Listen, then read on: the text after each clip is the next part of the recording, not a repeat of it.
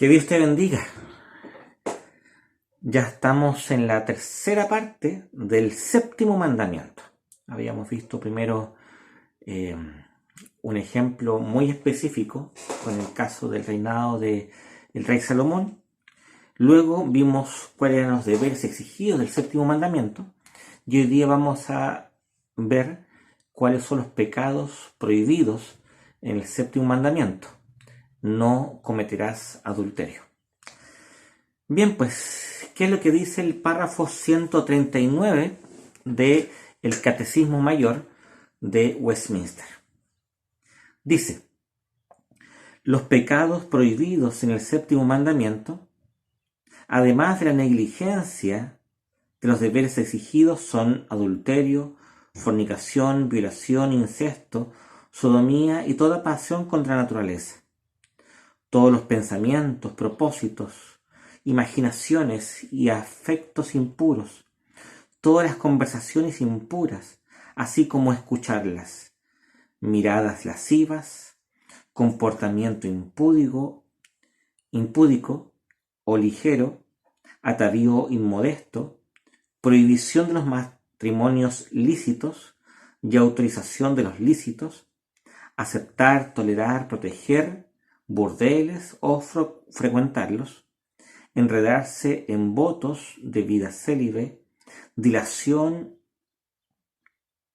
indebida del matrimonio, tener más de un cónyuge a la vez, el divorcio injusto o la deserción, la ociosidad, glotonería, borrachera, compañías impuras, cantos, libros, pinturas, bailes y teatros lascivos, y todos los demás actos de impureza o incitaciones a la misma, tanto tratándose de nosotros como de los demás.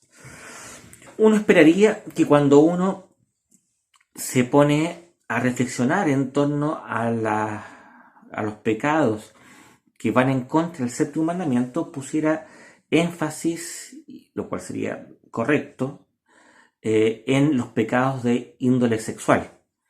De hecho, el catecismo pone un especial acento en la gravedad de esos pecados, pero da la impresión de que es lo que siempre se habla con respecto al séptimo mandamiento.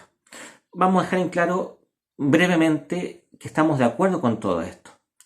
La sexualidad es un don sagrado, y no solamente eso, sino que además constituye un elemento que es tremendamente íntimo de nuestra identidad. Es decir, lo que yo soy como Carlos tiene que ver en gran medida con lo que yo soy como varón, con todo lo que eso implica. ¿Te das cuenta? ¿El punto cuál es? Es cuando mi sexualidad pasa a tener un rol en mi identidad desproporcionado. Es importante, es constitutivo, pero no está en el centro de lo que yo soy. ¿Por qué? Porque mi identidad, en última y radical instancia, es Cristo. Entonces, cuando yo me defino como un adorador, cuando yo entiendo mi realidad, mi vida, mi vocación como la de un adorador, todo lo que yo tengo que hacer es buscar amar a Dios con todo mi corazón, con toda mi alma y con toda mi mente. Por lo tanto, cualquier acto de desorden en el deseo sexual me lleva a modificar mi orientación de adoración hacia el único que me merece adoración y volcarlo hacia la satisfacción de, en algunos casos, deseos desordenados. ¿Te das cuenta?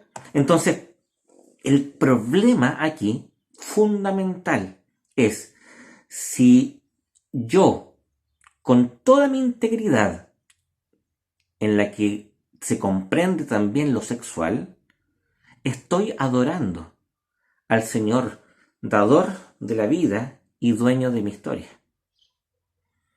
Cuando la sexualidad es ejercida santamente en el matrimonio como una expresión del pacto que esposo y esposa hacen, se realiza un acto de adoración. La sexualidad en el marco de la procreación y de la mutua confesión y dedicación en exclusiva de amor es una forma que tenemos para rendirle pleitesía, honor y gloria a aquel que nos ha dado justamente ese don. Entonces, la sexualidad es un don maravilloso, y justamente porque es un don maravilloso, el enemigo busca distorsionarla para que no amemos a nuestra esposa, sino que vayamos en pos de otras mujeres, lo cual sería sinónimo de ir en pos de otros dioses, dándole la espalda al único Dios verdadero.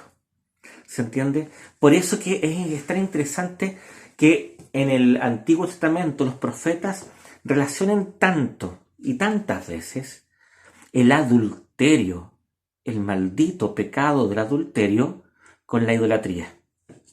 Y la relación de fidelidad de Dios con su pueblo como la relación fiel entre un esposo y su esposa. Aquí es interesante ver el caso de Ezequiel 16, en donde se hace un largo desarrollo de la historia adúltera de Israel, que habiendo sido rescatada de los caminos, estando ella desnuda, sucia, con su todavía con la placenta pegada al cuerpo, pese a que Dios la rescató de esa forma de existencia, la que está destinada a la muerte, ella se va detrás de uno y de otro, prostituyéndose en el adulterio. Entonces, es interesante esto porque establece el pecado de la idolatría como, como un pecado análogo al de el adulterio. Cuando tu corazón no es totalmente de tu esposa, cuando tu mente, cuando tus ojos, cuando tu vida entera no es totalmente de tu esposa, tú también estás siendo un idólatra. ¿Te das cuenta? Entonces, aquí para qué hablar. De hecho, lo menciona, pero porque quiero poner énfasis en otras cosas. ¿Para qué hablar de la asistencia a los lupanares, a los prostíbulos? Eso, además de ser un acto de adulterio, es un acto de explotación, de esclavitud en contra de las mujeres.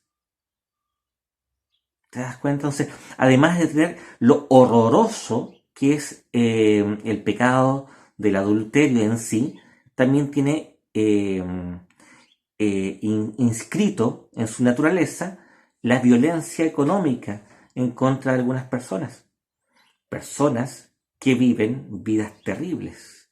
Y aquí un pequeño detalle con respecto a la pornografía. Hay un documental en Netflix muy bueno que explica todo el mercado, toda la industria de la pornografía. Es una gran e inmensa empresa planetaria que rinde pingües ganancias para un puñado de hombres. ¿Te das cuenta? La opresión económica, la esclavitud moderna de un montón de niñas, señoritas, en algunos casos también infantes. Y para qué hablar más cosas, porque es un laberinto de horrores. Pero una cosa que me llamó la atención de este documental, y justamente a propósito de la pornografía, entre comillas, gratuita. Las niñas, o estas señoritas, en su mayoría, son cooptadas justamente de personas que tienen problemas económicos o existenciales. Y se le empieza a proveer dentro de una dinámica de mayor exigencia de las cosas que necesitan para vivir. O sea, prácticamente graban para poder sobrevivir, sobre todo en un comienzo. Y en la medida que son menos famosas, empiezan a tener que hacer dos cosas. O se salen del mercado de la pornografía y entran a la prostitución lisillamente, o tienen que empezar a hacer pornografía más ruda, más explícita, mucho más sucia. Entonces te das cuenta, aquí nada es gratis. Porque a través del sistema de publicidad, igual como pasa con Facebook o Instagram, que nos llega publicidad cuando nos estamos, entre comillas, pagando, las personas que están a cargo de este negocio reciben grandes ganancias. Grandes ganancias. O sea, cuando una persona ve pornografía, lo que está haciendo es llenarle los bolsillos a un ingenioso industrial, a un empresario del horror, a costa de la vida, la existencia, la salud mental y física de muchas mujeres que son esclavizadas. ¿Te das cuenta? El horror, la basofia que hay detrás de todo esto. No es el sexo por el sexo, o como una forma de creatividad, no. Es el maldito dinero, mamón, el capitalismo en bruto haciendo un negocio gigantesco. Gracias a la miseria de tantos y de tantas. Entonces, te das cuenta que en este acto de idolatría, del desorden de la sexualidad, en los prostíbulos, en la pornografía, y ojo, también en el adulterio perdón, tengo que decirlo, del maldito imbécil que le promete el oro y el moro a su amante, diciéndole que su matrimonio está en crisis, puras mentiras, para embaucarla y usarla. ¿Te das cuenta? Entonces, esto es muy tremendo, porque vemos que en el adulterio siempre, siempre, siempre hay abuso, nunca hay amor, jamás, siempre hay abuso. Y en el abuso siempre hay castigo, y Dios castigará a los adúlteros que abusan. ¿Te das cuenta? Dios castigará al pornógrafo, Dios castigará a aquel que está a cargo de un lupanar, de un prostíbulo. La mano de ira de Dios caerá sobre todos los adúlteros, de una u otra forma. Para aquellos que no son hijos de Dios, que no están dentro del pueblo de Dios, será el infierno eterno. Para aquellos que están dentro del pueblo de Dios, va a ser la pena, la tristeza, el castigo en esta vida. Porque Dios disciplina rudamente pecados que merecen ese castigo, como una forma de disciplina. ¿Te das cuenta? Entonces, pero avancemos a lo que quería enfatizar hoy día. No solamente se es adúltero cuando alguien ve pornografía, o cuando alguien mira lascivamente a una niña en la calle, o cuando alguien tiene una amante o va a un prostíbulo. No solamente ahí. Fíjate lo que dice la confesión. Dice que los votos de celibato también son una forma de ir en contra de este mandamiento. Una persona puede tener vocación en la vida célibe, pero una cosa muy distinta es hacer voto de celibato. Obviamente que este acápite aquí está en directo relación en la polémica con el mundo católico romano. Y hay que entender también en el contexto de la época en que se escribe. Pero también, fíjate, dilación, es decir, cuando uno deja para más adelante el matrimonio, dilación indebida del matrimonio. Si tú tienes los medios para casarte, tienes la edad para casarte, y tú dilatas tu matrimonio dando lugar a pecados, tú estás cometiendo una falta en contra de Dios al no vivir el séptimo mandamiento. Entonces, cuando usted joven retrasa su matrimonio, pudiéndose casar hoy día, está cometiendo un pecado.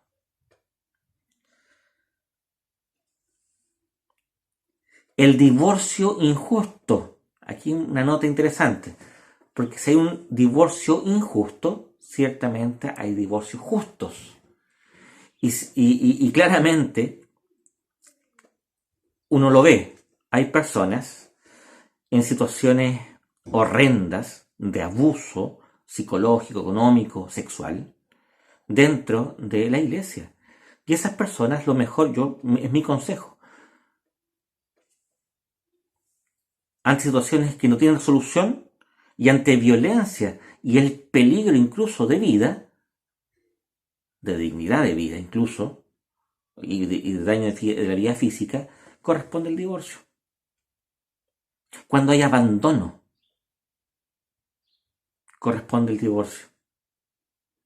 Recordemos que somos protestantes y no creemos que el matrimonio sea un sacramento.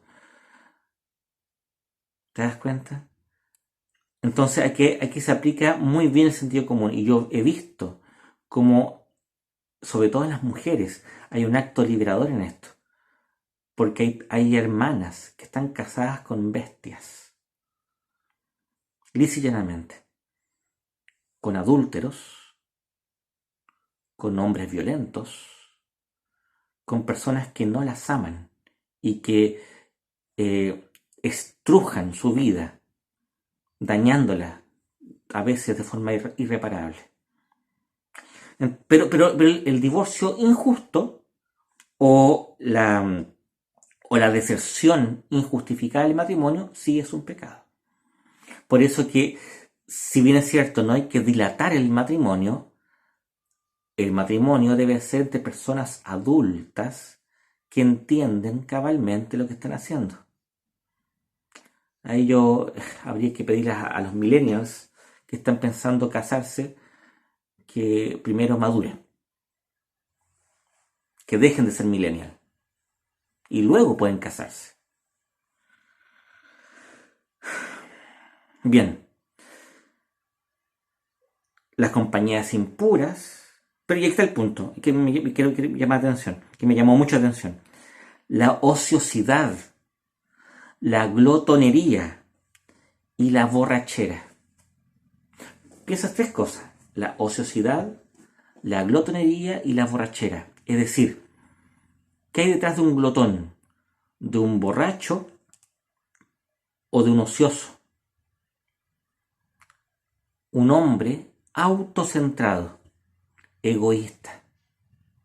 El egoísmo dentro del matrimonio, en este contexto, es una falta en contra del séptimo mandamiento. ¿Te das cuenta de que aquí la fidelidad del corazón va más allá de un aspecto meramente sexual, considerando la importancia radicalísima de lo sexual? Pero también está este otro elemento, tal vez de un carácter más existencial. A se casa con B, pero A no le demuestra nunca el amor a B, sino que por el contrario vive solo para sí mismo. Eso es adulterio.